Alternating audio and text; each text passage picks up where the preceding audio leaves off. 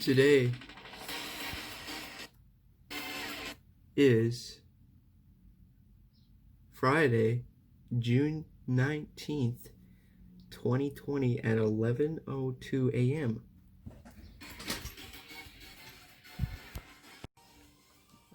So here's the thing. It is Friday and the midterm is due tomorrow on Saturday. And the midterm exam for my math class. And guess when I was originally planning to do this? I was originally planning to do this on Wednesday. That's what you would call procrastination. I was planning to do it on Wednesday, and then I decided to not do it on Wednesday, and I was going to do it on Thursday, and then I did not do it on Thursday, and now it is Friday, only one day before it is due. And it is 25 questions instead of 20. So it may even take longer than an assignment. But on the other hand, I don't have to learn any new concepts. All I have to do is do questions over concepts I've already learned. At least that's what I'm hoping. So maybe that will significantly decrease the amount of time that it takes. Either way, I'm not entirely sure how long it will take, and I would not be surprised if I didn't even finish it today. So it's been hard to get to motivate myself to do that assignment, but it's coming down to the point where if I don't start working on it, I might be in trouble, and if I don't turn it in on time, my grade will suffer significantly. So I need to start working on it. So, yep, that's that. So, to prepare for the exam, what do you think I did? Do you think I really actually wanted to study for an exam? No. All the assignments that I did are the study for the exam. I'm not going to do any extra studying for this exam. What I have is all of my scratch paper work for all of the assignments that I've completed so far. There's lots of pages here. Also, I have this differentiation sheet to use to do differentials if I need to do it. And then this is the scratch paper I'll be using to complete the exam. I may need more than one, but that's the one I'll at least be starting on. So, what I'll be doing is doing the questions, and I will attempt to do the questions without any studying or looking up anything whatsoever. And if I feel confident that I know how to do the question and I do the question, I will turn it in without even looking at my notes. But we have to be very careful because unlike the assignments, the midterm exam, you only get 2 attempts for every question instead of 5 attempts. So if you get it wrong, that's it. You only have 1 left. And if you get that wrong, then you got the question wrong. And I really need to do well on this exam. I technically have the ability to get 100% unless they have really stupid questions or something. But if I only put no effort in and I'm like, oh, I think that's the answer, so I'll just turn that in even though I'm not entirely sure. But no, I'm actually going to put more effort into the submissions than I did for the assignments because more is at stake. And there are less attempts. There's less of a safety net than there is for the other thing. So before I was relying heavily on the safety net by just kind of randomly doing stuff, kind of just getting through it as fast as I can, and then if it's wrong, then I see what I did wrong, and then if that's wrong, keep doing it until I finally correct my mistake. And the safety net was able to catch me every single time on every of those. But this, if I do that same way, from experience, I've seen that I've taken more than 2 attempts to do those questions. I've taken more than 2 attempts. Most of the questions I was able to get on the first or second attempt, but maybe a handful, like 5 or 6 of them, I took more than 2 attempts to get the right answer. So that's an indication that I need to be very careful and try to check my work, double check my work every single time I submit an answer. So here's the optimistic plan for this. I basically finished this exam in like a few hours at the very least, or very most, or very least, whatever. Doesn't matter. Just a few hours. I really hope I can finish it. Let's see, what time is it? Like 11? I mean, I'm gonna probably eventually get hungry to eat lunch. I don't know if I'll be able to even finish it before then, but maybe within sometime before around 3 or 4 o'clock, I can have the whole thing done, because after all, these questions I've done before. I've done these types of questions on the assignments, and I don't have to read any new material. It's just all the types of questions I've done before. Hopefully, I won't forget how to do a question, because that would be very annoying to have to go back and try to figure out how to do the question. But I have many resources at my disposal to figure out how to do the question besides the stupid textbook. First of all, I have my notes. Now, it may be a little difficult to look through those notes, but I can maybe at least get an idea of what I'm supposed to do for a question if I look through that. And if that's not successful, I would probably... Actually, here's another thing I can do. Because here's the thing that may even be more efficient than looking through my notes. I may even want to just simply go to the database where they have all the answers. So basically, a nice feature that they have on here is, let's see, we got our textbook. So interestingly enough, if you go to exercises and then you click this link, it opens a page where you can select the textbook view, and then go to the chapter you want, which is chapter 12 or 13, and then exercises. So I can look at the solutions to different exercises that are similar to the types of questions I'm doing. So now that I think about it, looking through my notes may be just a last resort solution. The main solution to something will be to just go to this and see how they do it, and if I still don't understand, I can look through my notes.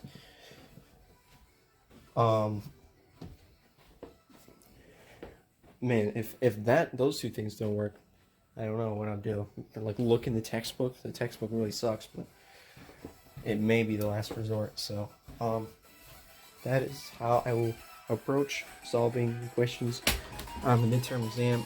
So it seems as though there are about 2 questions for every section. So we got 12.1, 12.1, 12.2, 12.2, 12.2. There's 3 questions for 12.2, 1 question for 12.3, 3 questions for 12.4, 2 questions. Okay, here's the thing I'm a little bit worried about. Here it says R. What? Oh, I think I understand. R. R is... Oof. R. Section R. What the heck? What is section R? Where's the review? Here's the thing. I don't know where the review is.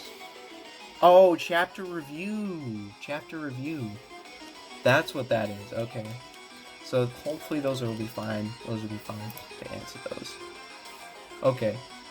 And now, yeah, I'm not going to go through all of it. So, I think I'm ready to start, but I really do not feel like starting right now. I just really do not feel like starting.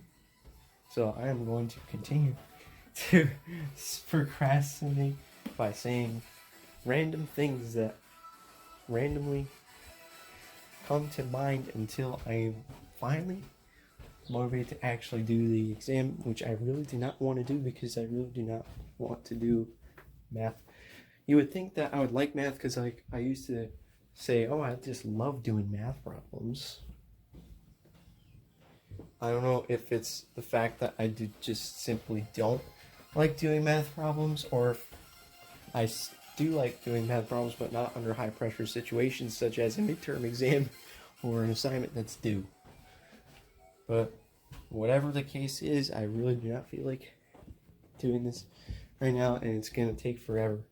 It's just like a huge, I see a lot of work ahead of me, and it's just overwhelming. I just don't want to do it because it's too much. There's too much stuff to do. I have to do 25 questions, and every single point of that is worth like how many points in my grade, which is worth how many points in my GPA, which is worth how much influence or how much consequences would happen if I get the question wrong. I will now start doing the exam, and I will let you know what will be the increments of updates that I will let you know that I finished stuff. Should I let you know after every question? I feel like that would be a good thing. Maybe. I think I'll let you know after every question to see if I've gotten that question correct. I only get 2 attempts per question, but I will put my all into every question to make sure I get 100%. I am getting 100%. At least I will, to the best of my ability, attempt to get 100% on this midterm exam for this class. So I will update you whenever I get done one question.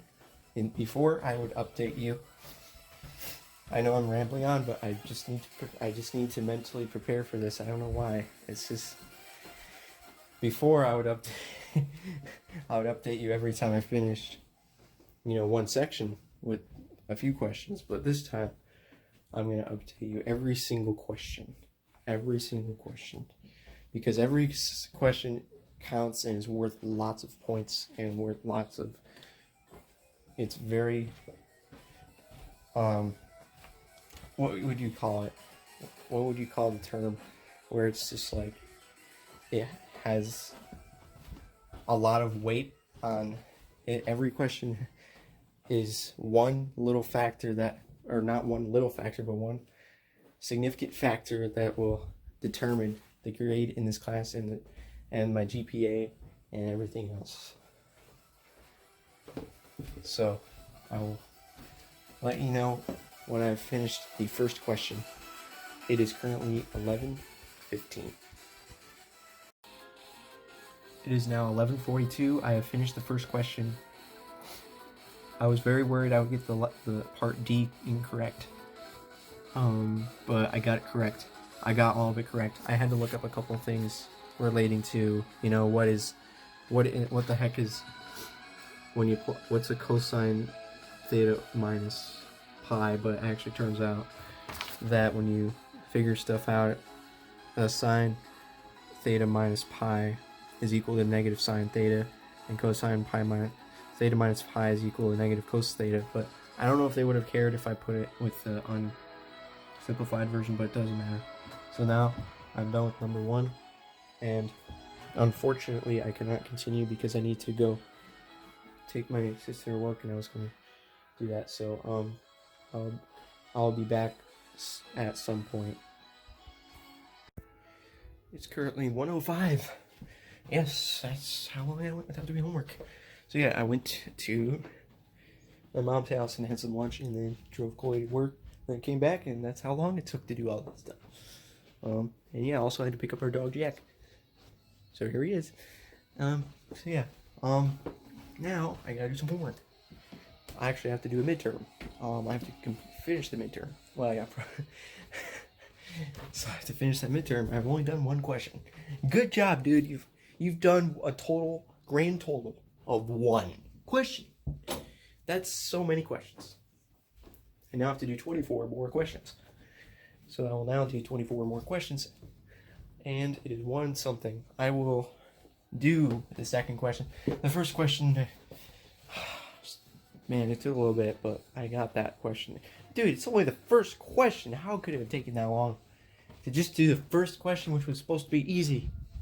Because the problem was, there was something I didn't know about, which was the sine theta minus pi, which I never even had to deal with before. I had to look it up. So that's got to be the okay. Hopefully most of the questions are not like that, where you have to learn more stuff as I go along, because this is supposed to be a review of stuff I've already learned before.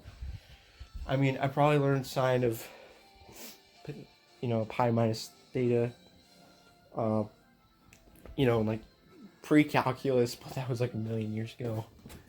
And like sine negative theta equals sine theta or whatever, all that stuff. But I had to review that. I had to look it up and review it. So that's why the first question took a little bit longer than I wanted it to. So I will now do the second question. It is 107. It is now 112. I finished the second question. The second question was telling me to pick the graph that most represented this equation. And I wish I had a better way of doing it, but I think I know what you can do. I just looked at the z value. It's t squared. That means that the z values, well, first of all, it will always be positive, and second of all, the limit, its t is always going to be between -1 and 1. That means the z value will always be in between 1 and 0. So, and the only equation graph that fit that condition is this one. So I chose that one. That's probably not the way you're supposed to do it, but that's how I did it, and so I'm glad I did that. So now we're on to number 3. We got, oh yeah, I don't know if I showed number 1, but yeah, we did something. We just had to evaluate stuff, and it's pretty easy. Number 3 is find the derivative. Ooh. Wait, what? Oh yeah, finding derivatives of that stuff. I think I know how to do it. It's really easy. It's really easy because you just do the derivative of those two things there. So it's not that bad. And then sketch the curve and select the correct one. So I'll get back to you when I'm done with that. It's now 114. It's 119. I did number 3.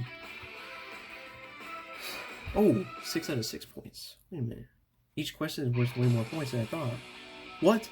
There's 10 points? Hold on a second. What? Whoa. So, not every question is worth the same. But anyways, I got 6 points. So,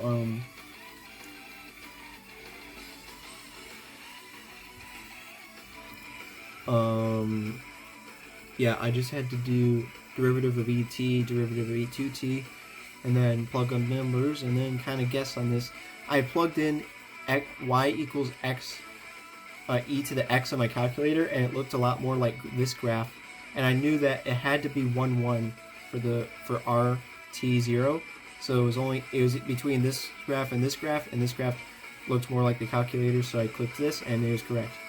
Okay, so number 4 is find r prime t. Oh, what do you know? Another easy derivative question. Shouldn't take very long. It's currently 121.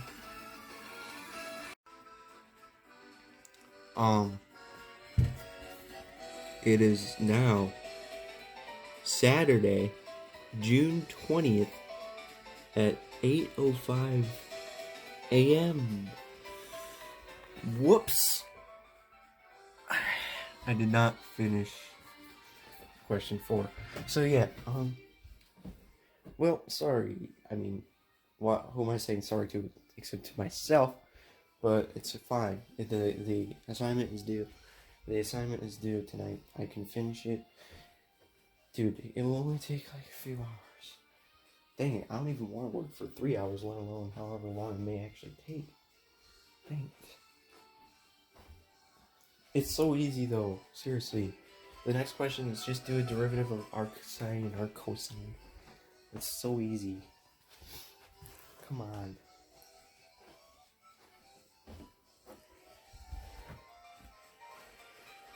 I'll now do number 4. It is 8:06.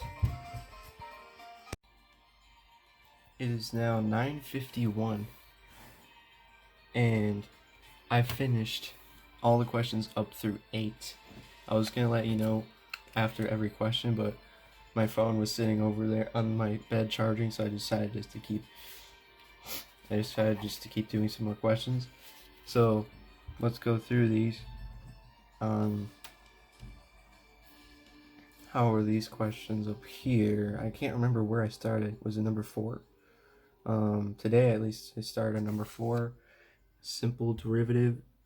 Take the derivative arcsine and cosine. Number 5.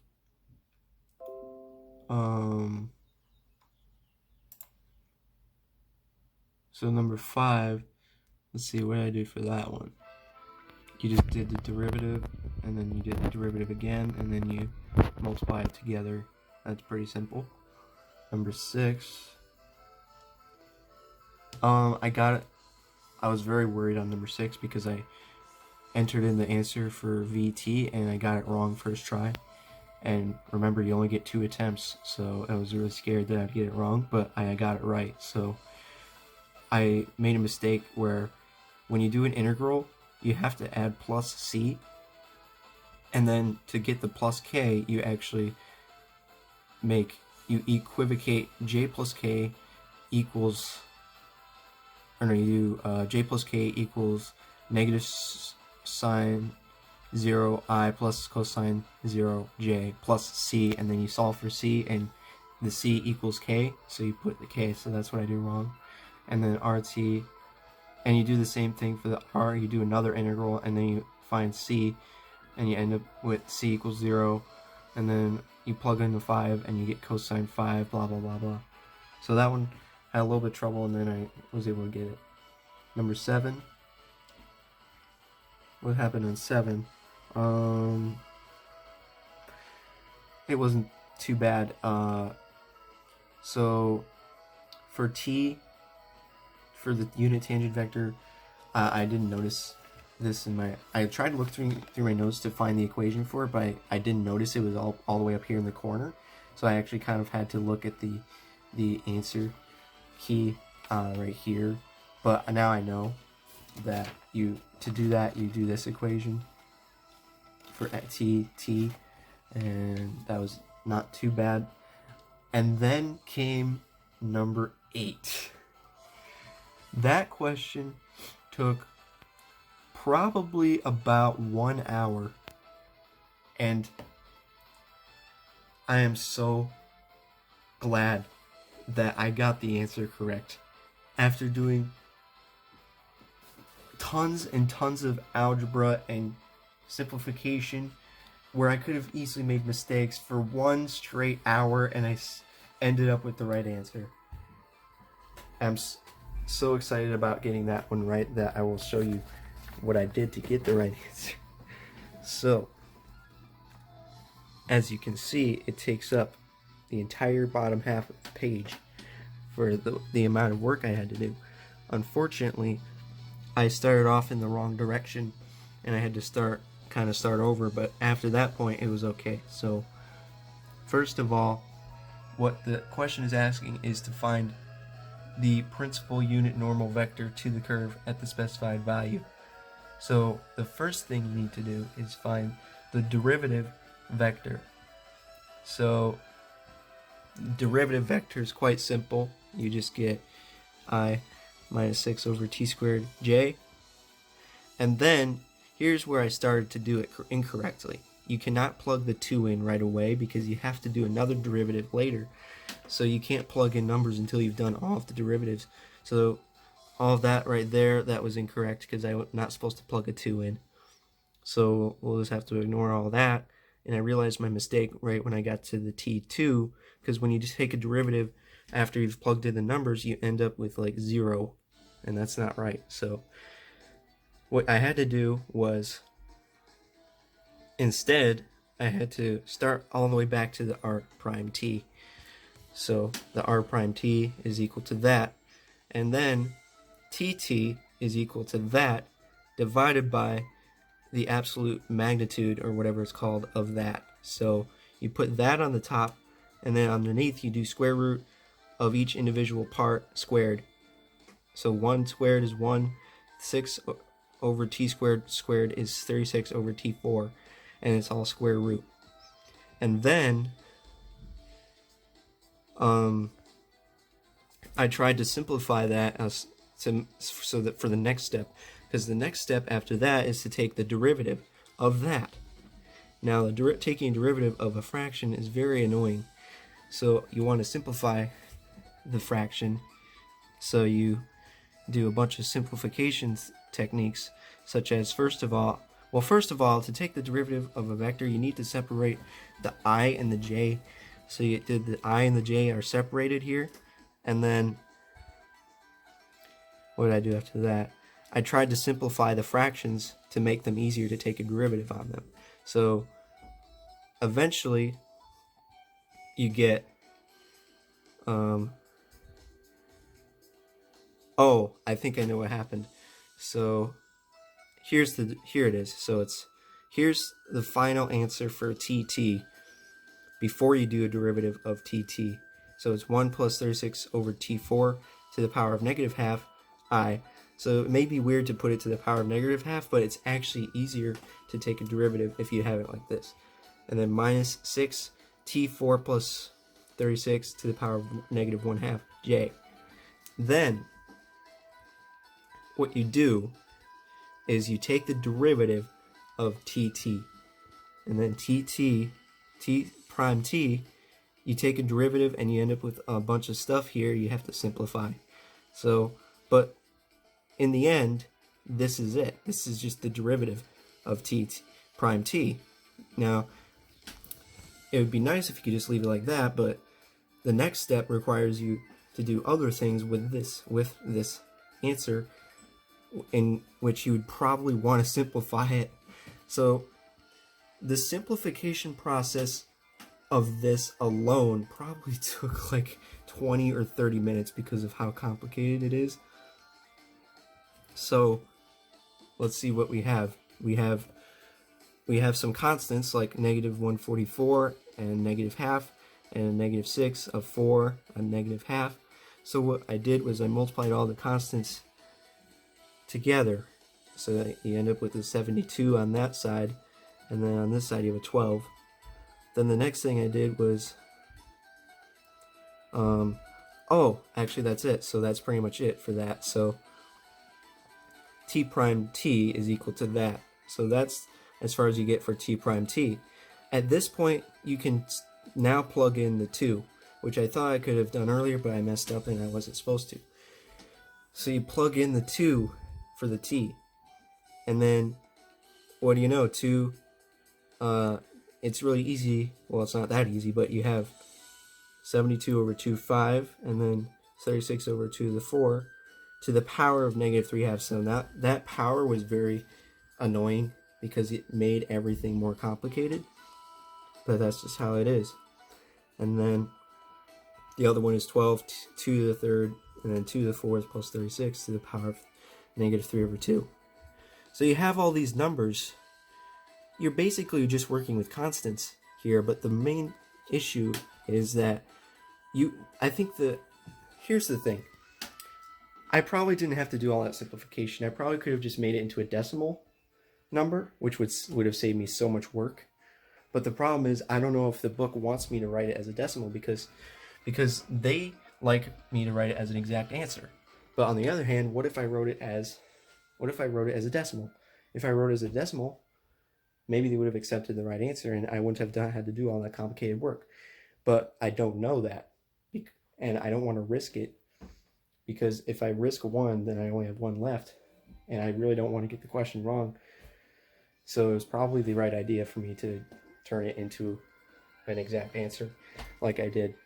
Like if I wanted to save myself a ton of work, I could have written that as a decimal and that would have saved me so much work. But if you do put a lot more effort into the simplification, you end up with your exact answer. So back to what we were doing here.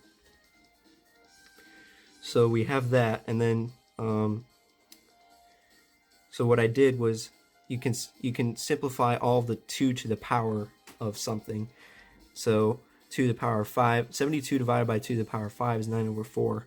A lot of it you can just type in your calculator and it will give you an answer. And so it all simplifies to 9 over 4 times 13 over 4 to the negative 3 halves I, plus 96 times 52 to the negative 3 halves j. And then the most complicated part is trying to simplify the fractions there to the power of 3/2. So what you do for that one is, first of all, you don't like having a negative exponent, so you flip the fraction and change the exponent to a positive. So you have 14 over 13, 3/2, and then 1 over 52, 3/2. And then, well, what do you do with the 3/2? Because 3/2 is not very nice. Well, you change it into a 3 to the power of 1/2. So you have 4 over 13 to the 3 to the power of 1/2, and 1 over 52 to the 3 to the power of 1/2. And what do you know? It's easy, because now you have 1 over 52 to the power of 3 and 4 to the 13 to the power of 3, and you can simplify that. So that comes out to a 64 divided by 2,197 to the half, and then 1 over 140,608 to the power of half. And then you do even more simplification to get rid of the exponent and turn it into square root symbols. So I kind of skipped a few steps. I did it in my mind, but basically the square root of 1 is 1. And then the square root of 140,608 is 8 times 13 times the square root of 13. And the square root of 2,197 is 13 times the square root of 13. So we're getting down to the last few steps here. We've gotten it down to basically just the square root number times a fraction. So now it's finally, actually no. So then to simplify it, the last simplification step you do is you multiply 9/4 times 8/13, and you multiply 96 multiplied by 1 over 8 times 13 to simplify it into just fractions. So then this is the final answer for the derivative of the tangent, or whatever it's called, t prime 2. This is the final simplified answer for t prime 2. It's 8 over 13 root 3, 13 I, plus 12 over 13 root 13 j. But you're still not done, because you're not looking for that. You're looking for n, which is the principal unit normal vector. And n is equal to t prime t over the absolute magnitude of t prime t. Is it absolute magnitude? I think that's what it's called. I don't know, but I just know it's a double bar. I know what it does, so it doesn't matter. So you do your answer on the top, and on the bottom you do the square root, and then you take the square of the individual parts. So 18 squared is 18, 18. 13 root 13 squared is 13, 13, 13. And then you do the same thing for the other fraction. And here's a really nice thing you can do. I typed in the denominator into my calculator, and luckily enough, it was an exact fraction answer, which is equivalent to 6 over 13. So the denominator simplifies to 6 over 13. You just type it into your calculator, which is really, really nice. And then, well, if you're dividing it by 6 over 13, that means you multiply it by 13 over 6. So you got that stuff times 13 over 6. And then you distribute the 13 over 6 into both of them, and you end up with 3 over the square root of 13i plus 2 over the square root of 13j. Now you could have left the answer as that, but I wanted to make absolutely certain that I got it correct. Because what if they don't want me to leave it like that? What if they want me to put it as put the square root on the numerator? So you just multiply the first fraction by the square root of 13 over the square root of 13, and you multiply the second fraction by the square root of 13 over the square root of 13, and you have the final answer of 13, the square root of 13 over 13i, plus 2 root 13 over 13j. And that's the final answer, and it's correct. So now you know why it took so long, and now you know why I'm so excited that it's the right answer, because of how involved the question was. I was worried I would make some mistakes somewhere because of there was so much stuff where so many places I could have made a mistake, but I somehow was able to do it all correctly, and I got the right answer. So now that that's done, I will move on to number 9. I really hope that most of the rest of the next questions will not be that long, because if they are that long, then I might not even finish in time because of how long that took. I really hope most of them are not like that. 1 through 7 were slightly easier. 1 through 7, like maybe the first 5 or 6 questions were only took like a few minutes each, and then number 7 was slightly more involved, but not nearly as much. That was nothing compared to number 8. Number 8 took so long. So I'm kind of worried I might run out of time, but I'm hoping I'm not going to run out of time. So I will now do number 9. I'll just keep letting you know after I finish each question. So it is currently 10:08.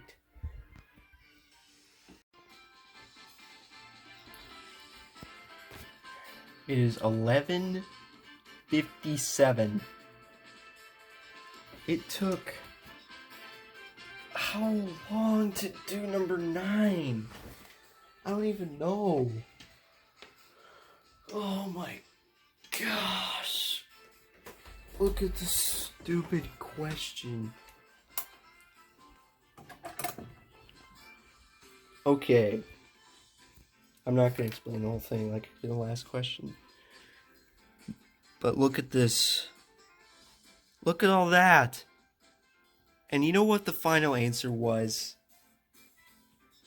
The final answer was that. That was the final answer. The entire problem. I did all of that just to get one little simple answer. Are you kidding me? This took so long. Look at T prime T. Look at how big that is. Look at all that complicated stuff. And then, so I simplified that whole thing. I spent like 5 billion years trying to simplify it, but it turns out the whole time all you had to do was plug in pi. Right away, just plug pi in and everything will turn to 0. I didn't have to do anything past this point. This point right here, I would be good. Okay, now plug pi in and a bunch of stuff will turn to 0 and everything will be good. But no, I didn't know that. I thought I should have just looked ahead into the problem, see, ooh, pi, what would that do? Oh, turn everything to 0, so I don't have to simplify. But no, I had to simplify it first. Why did I have to simplify it? No, I didn't have to simplify it. Look what I did. I did tons and tons and tons of work until I got it simplified into T prime T equals that long line of stuff.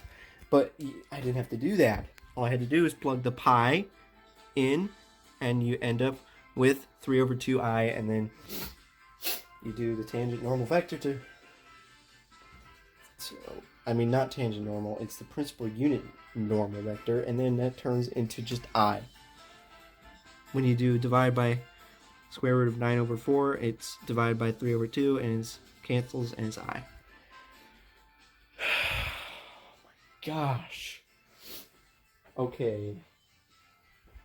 But still, at least some of my work was justified, because the hardest part was probably doing the derivative, because you had to do a derivative of a quotient.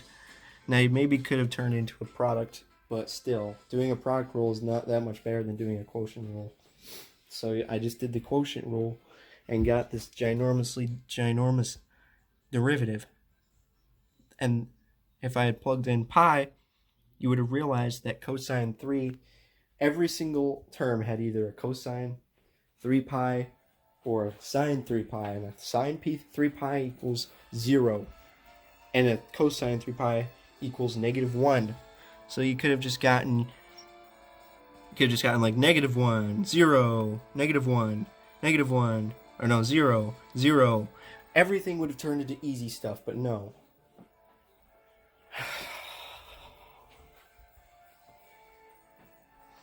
That took such a long time. It's 12 o'clock. This assignment is due at... This midterm exam is due, I'm pretty sure... When is it due? It better be due, like, at midnight. If it's not due at midnight, then what the heck? At 11:59. It says it's going to be available forever. What the heck? That doesn't make any sense. It's due Saturday by 11:59. That's kind of weird how it's, available. It would be available, but he says he's not accepting late submissions, so...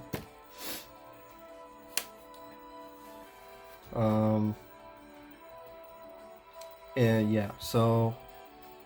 Should be, I don't know, I don't think we're in the same time zone. Everything's due by 11:59. But I might even have to stay up later than... I don't know how long the rest of them will take. Who knows? What if a lot of other questions are complicated? Why would they give me such a hard question? What they could have done to make this easier? This is ridiculous. Why would they make us do all this? You know what you could have done? You could have made it so that it simplifies to sine squared plus cosine squared, and that's an identity. And you could just equal that to 1.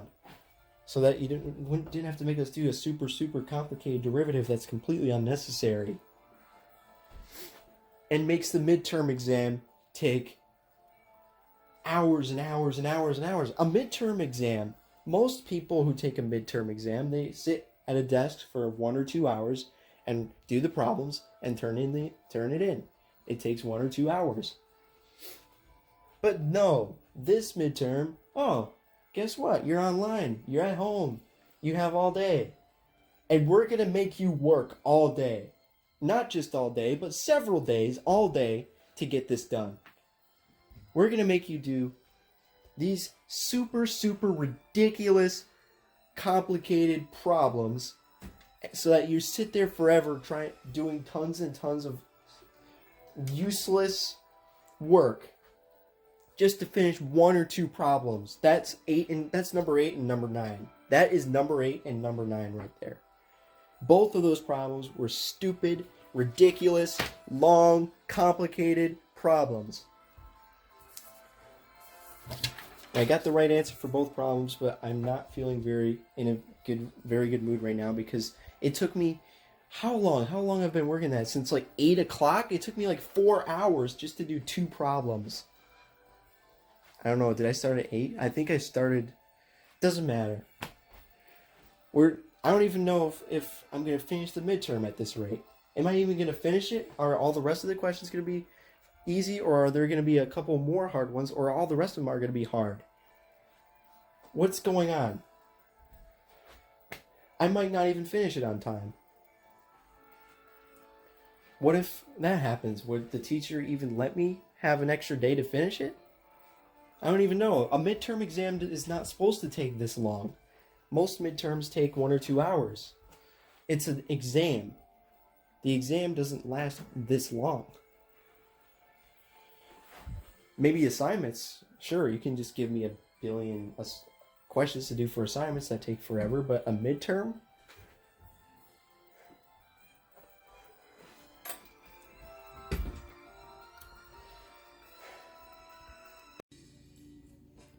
It is now 1:12. I had to go take my sister to work and then eat lunch. So it is now 1:12 and I'm now going to start working on number 10.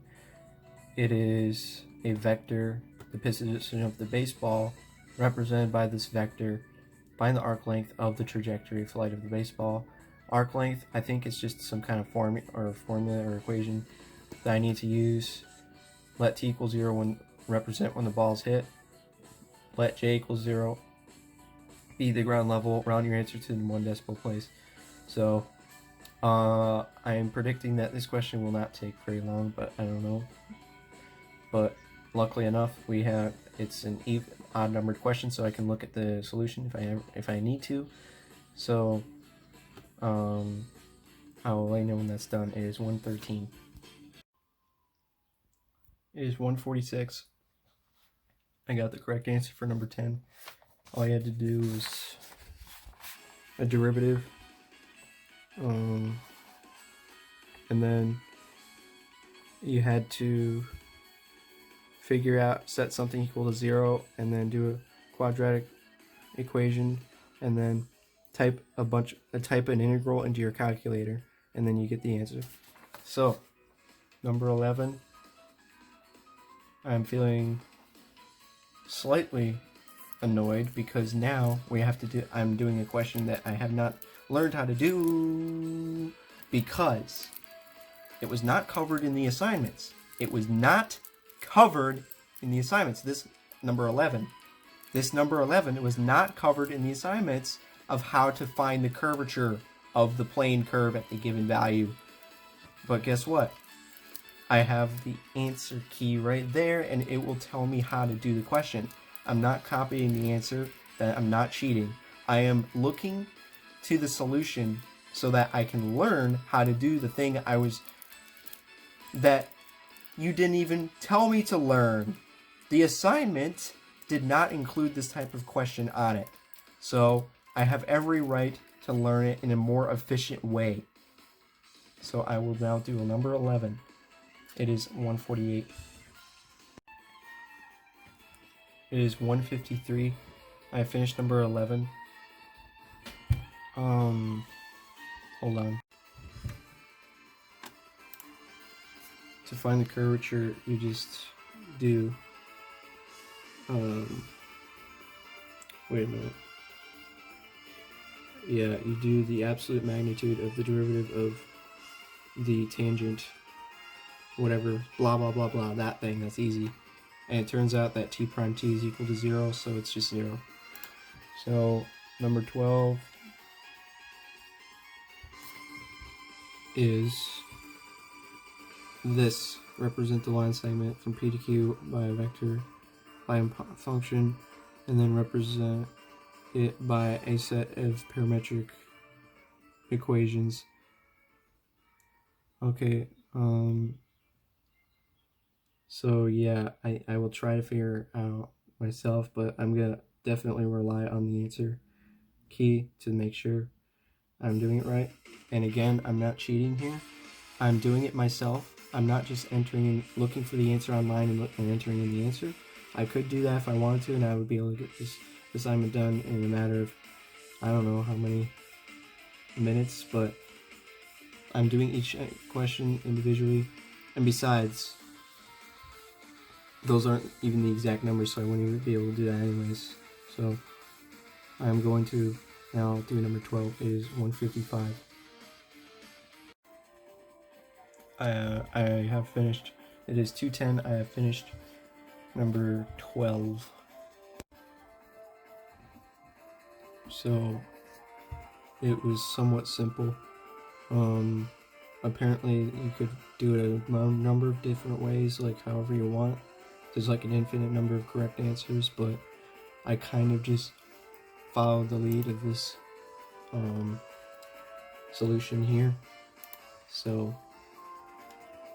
number 13 appears to be very simple because we're starting on chapter 13 questions, and the beginning of chapter 13 is very easy. All you have to do is this integral, so plug in numbers and do the integral, so it's fine. That shouldn't take very long. It is currently 2:11. It's 2:20. I keep forgetting to flip the phone over. That question was easy. 14, you just do the limit. I don't know. Let's see. 0, 1 minus 6. Yeah, it should be end up being somewhat easy. So, wait, arc sine of 0. Okay. Well, if the denominator is not 0, it should be easy. It's just gonna end up being like a 0. Like arc sine of 0. Wait, I could literally just do that right now on my calculator. What is arc sine of 0? It's just 0, right? Yeah. Wait. I can do the question already.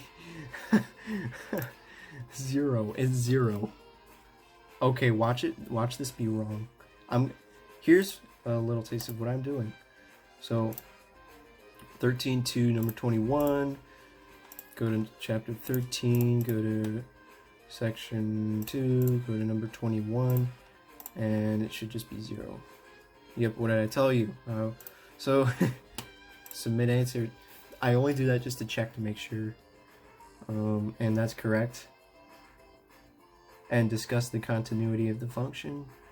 All I know, I think I just know that, well, first of all, let's see, what is, I basically just find the domain or range or whatever. Like, basically, the 1 minus xy can't equal 0. And then arcsine, x and, you can plug in whatever you want for x and y, so for that one, but for the bottom one, you cannot have 1 minus both of them equals 0. So 1 minus xy doesn't equal 0. 1 cannot possibly equal xy, and xy cannot possibly equal, oh, continuous for 1 minus xy doesn't equal 0. So that's that one right there. Submit answer. It should be correct. Oh my gosh, it's wrong. What? Never mind. I will now look at it for a few more minutes, because if I get it wrong one more time, then I will miss that point. Dang it.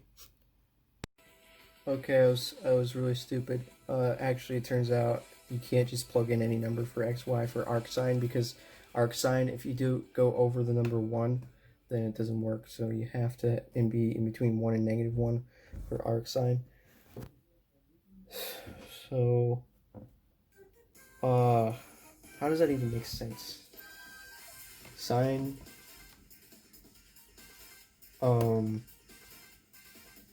is that in terms of radians or what? Whatever, who cares? The point is, it's actually not.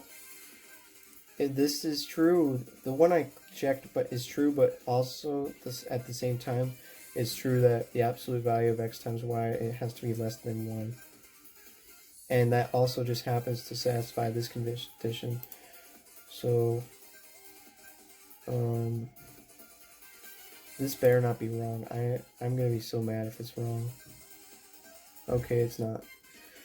So now we're done with number 14. Now we're on number 15, find the partial derivatives. Okay, partial derivatives are extremely easy. So I'll do number 15. It is 228. I am actually going to turn the camera. Well, never mind. It is 231. That was easy, except I have no idea why there's an H. I have no idea what the H means. It seems to function the same as the sine and cosine, so I don't know why there's an H, but whatever.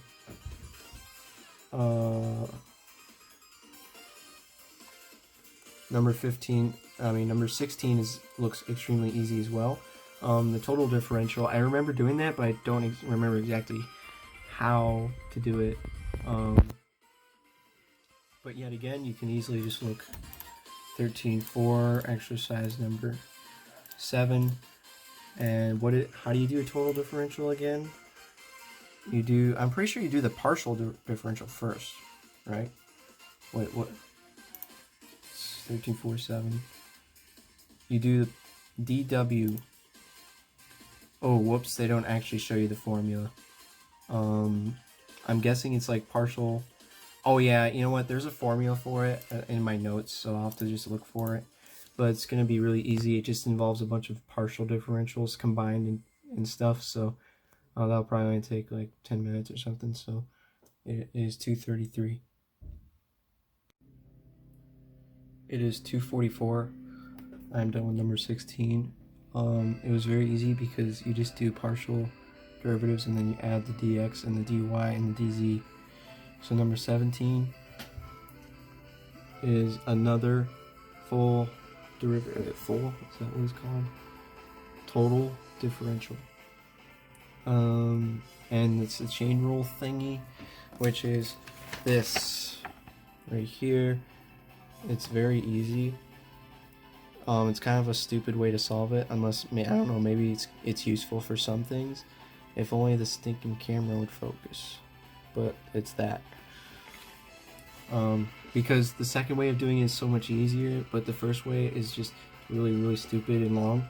But on the other hand, maybe it's useful for something, so I don't know. So just to be legitimate, I will do it the long way and the short way, and I will be doing that. So it is 2:45. It is 2:55.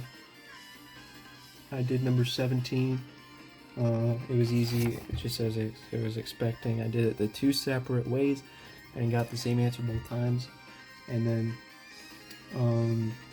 now 18, I can tell, is going to be slightly longer of a question, but it's the same type of question as the last question, just you got a lot, it's slightly more things, more complicated things in there. So well, it's not that complicated, because I mean, the only thing that's more complicated is the fact, well, it's sine. I did cosine, so it's not gonna be that bad.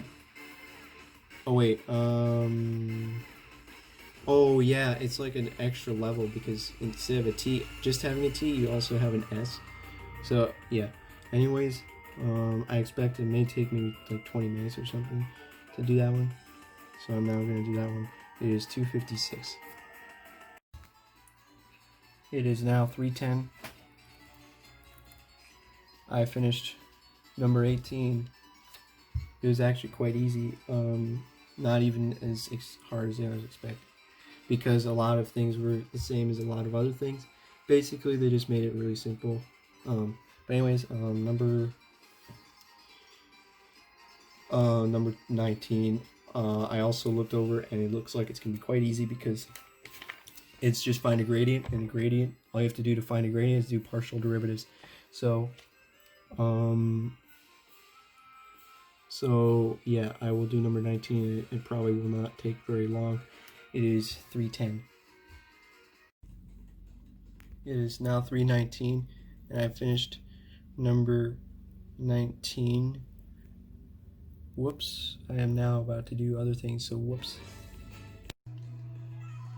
It is now 4:22. I am now going to do number 20, and it looks a little bit complicated, because I think that might be that one type of problem where I have to do a cross product.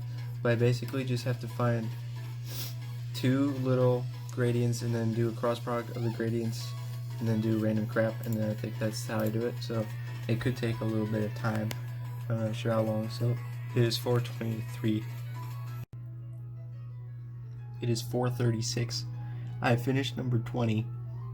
I followed the example problem exactly as it was supposed to, and I even was able to do the matrix cross multiplication, and I got the answer. And now we are on to 21. We have to find the relative extrema and saddle points of the function. I am hoping there's no second partials test, because there was no second partials test needed in the assignments. Basically, I just gotta set some gradients to 0 and whatnot. So, but again, just to refer to, it's really easy to refer to this thing to kind of guide me as to how I'm supposed to do the question. It's number 9. So, like I said, we have this, and then we got, wait, what? Why are they doing f double x, f double y? Uh-oh, I don't know. Oh no! Are you kidding me? They did the second partials test. Oh my gosh. Well, guess what, folks? I'm not doing the second partials test unless it's absolutely necessary. I don't know why they did the second partials test. Are you kidding me? They did f of y, x, f of y, then they did x equals -4, y equals 6. I think I know why they did that. The reason they did that is to find the answer, but like, there's gotta be an easier way to do it, right? But it's gonna be so fun if I have to do that and figure out a new thing that I haven't done before. It is 4:38. It is now 4:49. I'm now done with number 21. Why is this 9 points?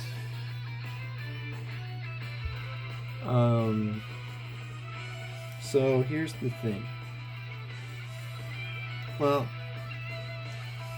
yeah, I kind of had to rely. So something I feel like I cheated on is that I just assumed that fxy is 0.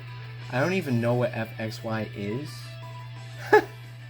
I it might be like the total derivative or something, but I really don't feel like doing tons of work, and it's probably 0. And I did the entire rest of the problem, but I just assumed that that was 0. I did the second partials test, but it was really easy because the only thing that you came up with was like 2 times 2 minus 0 squared equals 4, and then you look at all the conditions and you see which ones are satisfied and whatnot. And anyways, I got the answer. Number 22, I remember doing something like this. It took quite a while before, but I got the right answer before, so I should be able to do it again. I did something very similar to this. Wait, what? Dude, this might be the exact same problem. Wait, what? What? Wait a minute. I am going to look at my notes and see if this is the same problem. It might be different numbers. I remember the 0.00. I remember the 0.08. I remember the 0.08. I'm going to see if this is the same problem, because if it is, I'm not doing it twice. Why would I do the same problem twice? I would just answer the answer I got before. So I'll see about that. So, hilariously enough, this is the exact same question. Oh, dude! I just realized it's an odd number question, so I can look on here. It's number 13, 9, 11. But here's the thing is, it's actually the same question that I've done before, but with different numbers. Some of the numbers are different, so I will basically kind of follow what I did on this, but you use different numbers. And yeah, since I did some of the work already on here, I will kind of look at this to refer to. There's also, I could look at this to refer to as well, and maybe they did it in a simpler way than me. Maybe I'll just look over that too, in case there's some simpler way of doing it that I looked over. So anyways, I will now do this question, and it shouldn't be too difficult to do, and it is 454. It's 511. I finished number 22. Just like I said, I kind of looked through this and did it, but I kind of had to do separate work too because there's different numbers, but I did all the work correctly and I got the answers for the question. So now we are on to 23. 24 also, both of them seem to be similar. We're just finding the extrema.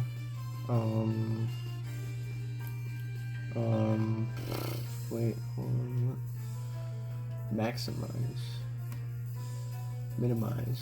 Okay, we're finding extrema using Lagrange multipliers. Hopefully I can figure out how to do that based on this and based on my past experience of doing it to the question. I think I had trouble on this type of question before, but hopefully it'll be okay, since, especially considering we got the solution here. So I'll let you know when 23 is done. It is 513. It's 518. I finished number 23. It was quite easy. Very simple question. Got the right answer very easily. Number 24, and luckily enough, number 24 looks like it's exactly the same type of question. So I will be doing number 24, and hopefully it will go just as well as 23 went, and I'll get back to you. And that's, it is now 5:19. It is 5:23, and this is so hilarious how easy 24 and 23 were. They were so easy. I don't know why they gave me, at least, I mean, maybe it's just a little bit of practice of how to use Lagrange multipliers, but man, those were easy. And 25 is looking to be quite easy as well. In fact, I can see that the limit as x approaches 1 and 1 is infinity, positive infinity. Well, actually I don't know. Wait a minute. Wait, if you have a limit, it's either infinity. It goes to 0. It goes to 0. It's 1. It's positive. They're both positive x squared and y squareds in the bottom. But I'm pretty sure that's gonna end up being infinity. Oh, it says it's a number? What the heck? We'll figure that out. It'll probably be really easy. And discuss the continuity. So that's going to be a really easy last question, most likely. So I'll get back to when that's done, and it's 5:24. It's 5:31. I have completely finished the midterm exam, and so yep. The last question, I was a little bit confused because basically it was showing you're getting to a 1/0, and I was like, wait a minute, well that's infinity, but most likely if you approach it from several different directions, you'll not get 1/infinity. You might get 1/0. You might get 1/-0 or something, like approaching negative infinity. So I just put D and E, and that was correct. And also it's easy to see that x squared equals y squared, x equals plus minus y, continuous everywhere except blah blah blah. And point is, I'm done with that. So surprisingly enough, every question was relatively easy. Well, a few of them were more involved, but I was able to do them just fine. But the two questions that were ridiculously stupid and like the most ridiculous questions I've ever done are number 8 and 9, which each took like 1 or 2 hours, and it was completely stupid. But anyways, it's fine. I got 100%, and that's it. So now, this is so fun because now I have another assignment that's due Wednesday. And now all the assignments will be due Wednesday from now on. So, yep, I have an assignment due in a few days already. So, I will be doing that shortly. But anyways, well, not today, obviously. Wow, that took forever. Okay, that's it. Goodbye.